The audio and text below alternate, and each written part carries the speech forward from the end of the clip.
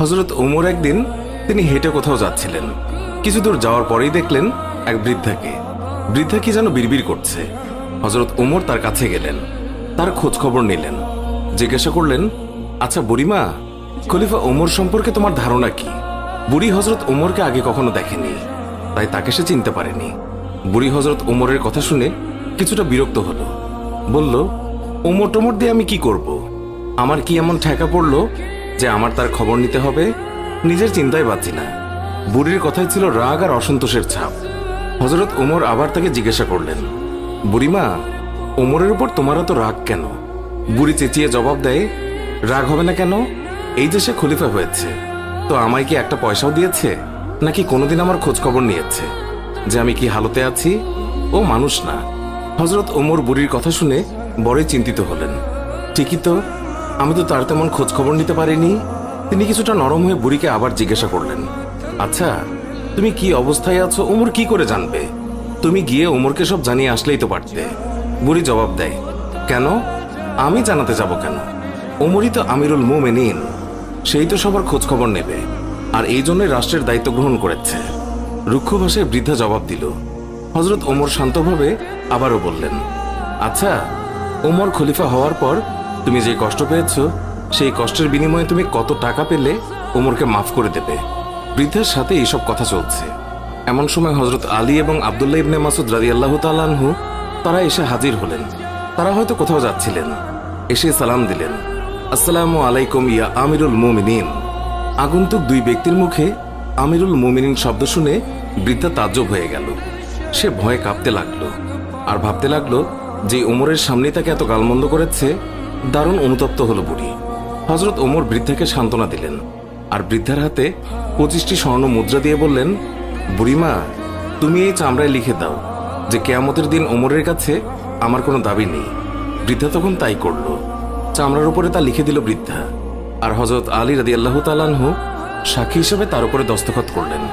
হযরত ওমর রাদিয়াল্লাহু তাআলা আনহু মুহাম্মদুর রাসূলুল্লাহ সাল্লাল্লাহু আলাইহি ওয়াসাল্লামকে অনুসরণ করে তালি লাগানো জামা পরতেন। যখন তিনি মুসলমানদের প্রাণকেন্দ্র বায়তুল মুকাদ্দাস জয় করার জন্য বের হচ্ছিলেন, সেই সময় তার পরিহিত জামায় 17টি তালি লাগানো ছিল।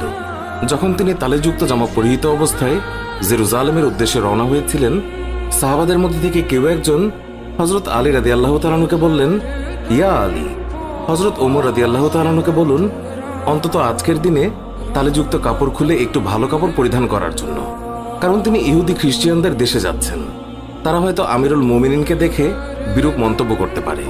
তারা তিরস্কার করে বলতে পারে, মুসলমানগণ খলিফার জন্য একজোড়া ভালো কাপড়ের ব্যবস্থাও করতে পারেনি। আপনি খলিফাকে বুঝিয়ে বলুন। সাহাবাদের পিড়াপিড়িতে হযরত আলী রাদিয়াল্লাহু তাআলা আনহু কথাটি বলার জন্য হযরত ওমরের কাছে গেলেন, কিন্তু এমন কথা বলার সাহসী পেলেন না, কারণ হযরত ওমর রাদিয়াল্লাহু তাআলা আনহু তিনি এমনিতেই গরম। তারপরেও এমন স্পর্শকাতর বিষয়ে মুখটাই বা খুলবেন কিভাবে? অনেক চেষ্টা করলেন, কিন্তু কোনোভাবেই বলতে পারলেন না। ফিরে এলেন সাহাবাদের কাছে, নিজের অপারগতা প্রকাশ করলেন। হযরত আলী রাদিয়াল্লাহু তাআলা আনহু বললেন, আমি যখন বলার জন্য তার কাছে গিয়েছি, তখন আমার কথা বলার শক্তি হারিয়ে ফেলেছি। এবার সাহাবাগণ পরামর্শ করলেন, তাহলে এই কথা খলিফার কাছে কে বলতে পারে? সকলেই খেয়াল পেশ করল, হযরত আয়েশা রাদিয়াল্লাহু তাআলা আনহা এবং হযরত হাফসা রাদিয়াল্লাহু তাআলা আনহা বলতে পারবেন। তারা সকলে মিলে হযরত হাফসা রাদিয়াল্লাহু তাআলা আনহুর কাছে গেলেন। হযরত হাফসা রাদিয়াল্লাহু তাআলা আনহু বললেন, আমি রাসূলুল্লাহ সাল্লাল্লাহু আলাইহি ওয়াসাল্লামের স্ত্রী এবং খলিফা ওমরের মেয়ে, কিন্তু আমার পিতাকে এই কথা বলার সাহস আমার নেই। আমি এই কথা বলতে পারবো না। হযরত আয়েশা রাদিয়াল্লাহু তাআলা আনহা বলতে পারবেন। সাহাবায়ে কেরাম হযরত আয়েশার কাছে দরখাস্ত করলেন। অতঃপর তিনি হযরত ওমর রাদিয়াল্লাহু তাআলা আনহুকে ডেকে পাঠালেন। হযরত ওমর রাদিয়াল্লাহু তাআলা আনহু হযরত আয়েশা রাদিয়াল্লাহু তাআলা আনহার পয়গাম পাওয়ার সাথে সাথেই উপস্থিত হলেন। ভারত উপমহাদেশের বিখ্যাত হাদিস বিশারদ শাহ ওয়ালিউল্লাহ মুহাদ্দিস দেহলভি একটি গ্রন্থে লিখেছেন যে হযরত ওমর রাদিয়াল্লাহু তাআলা আনহু আম্মাজান আয়েশা রাদিয়াল্লাহু তাআলা আনহার সামনে দোজানো হয়ে তিনি বসে পড়েন। আয়েশা রাদিয়াল্লাহু তাআলা আনহা বললেন, আমিরুল মুমিনিন, আপনি যেহেতু খ্রিস্টিয়ানদের রাজ্যে যাচ্ছেন, এই জন্য আপাতত এই তালিযুক্ত জামা পরিবর্তন করে অন্য একটি ভালো জামা পরিধান করুন। আম্মাজান আয়েশা রাদিয়াল্লাহু তাআলা আনহার কথা শেষ হতে না হতেই খলিফাতুল মুমিনিন কেঁদে ফেললেন। আয়েশাকে বললেন, আম্মা, আপনি কি আমাকে রাসূলুল্লাহ সাল্লাল্লাহু আলাইহি ওয়াসাল্লাম থেকে দূরে সরিয়ে রাখতে চাচ্ছেন? আপনার কি রাসূলের সাথে কাটানো দিনগুলোর কথা মনে নেই, যে দিনের পর দিন নবীজি সাল্লাল্লাহু আলাইহি ওয়াসাল্লাম উপবাস থেকেছেন। 3 দিন পর্যন্ত নবীজি সাল্লাল্লাহু আলাইহি ওয়াসাল্লামের চুলায় আগুন জ্বলেনি। হে আয়েশা, আপনার কি সেই দিনগুলোর কথা মনে নেই যে নবীজি সাল্লাল্লাহু আলাইহি ওয়াসাল্লাম তালেযুক্ত কাপড় পরিধান করেছেন? আম্মাজান, ওমর এই ছেঁড়াফাটা তালেযুক্ত পোশাক পরে যেই স্বাদ অনুভব করে তা বোঝানো সম্ভব নয়। ওমর আর অন্য কিছুতে এমন স্বাদ অনুভব করে না। সিরাতের কিতাবসমূহে লিপিবদ্ধ হয়েছে যে খলিফা হযরত ওমর রাদিয়াল্লাহু তাআলা আনহু যখন রাসূলুল্লাহ সাল্লাল্লাহু আলাইহি ওয়াসাল্লামের অসহায়তার কথা আলোচনা করছিলেন, তখন হযরত আয়েশা এবং হাফসা দুইজনেই অঝরে কাঁদছিলেন। অতঃপর খলিফাতুল মুমিনিন হযরত ওমর রাদিয়াল্লাহু তাআলা আনহু তালিযুক্ত কাপড় পরিধান করেই মুসলমানদের প্রাণকেন্দ্র বাইতুল মুকাদ্দাস বিজয় করার জন্য বের হলেন। হযরত ওমর রাদিয়াল্লাহু তাআলা আনহু তিনি যখন জেরুজালেম শহরে প্রবেশের দ্বারপ্রান্তে 22 লক্ষ বর্গমাইলের বিশাল সাম্রাজ্যের খলিফার হাতে উটের রশি, উটের ওপর বসে আছে ভৃত্য, মুসলিম বাহিনীর সেনাপতি আবু উবাইদা ইবনুল জাররা রাদিয়াল্লাহু তাআলা লক্ষ্য করলেন খলিফার গায়ে অতি সাধারণ 17টি তালিযুক্ত জামা। উটের রশি ধরে টানছেন মুসলিম বিশ্বের খলিফা, আর ভৃত্য বসে আছে সেই উটের উপর। এটা দেখে রোমানরা কি মনে করবে?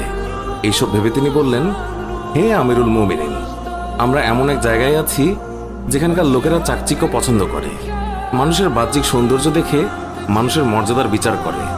তাই আপনি যদি একটু ভালো পোশাক পরতেন তাহলে তা কতই না উত্তম হতো। হযরত ওমর রাদিয়াল্লাহু তাআলা আনহু আবু উবাইদা ইবনুল জাররার কথায় রেগে গেলেন, তার বুকে আঘাত করলেন আর বললেন, আমি তোমার পক্ষ থেকে এই কথাগুলো আশা করিনি। হযরত ওমর রাদিয়াল্লাহু তাআলা আনহু বললেন, আমি হচ্ছি সেই জাতি যাদের মহান আল্লাহ ইসলাম দ্বারা সম্মানিত করেছেন।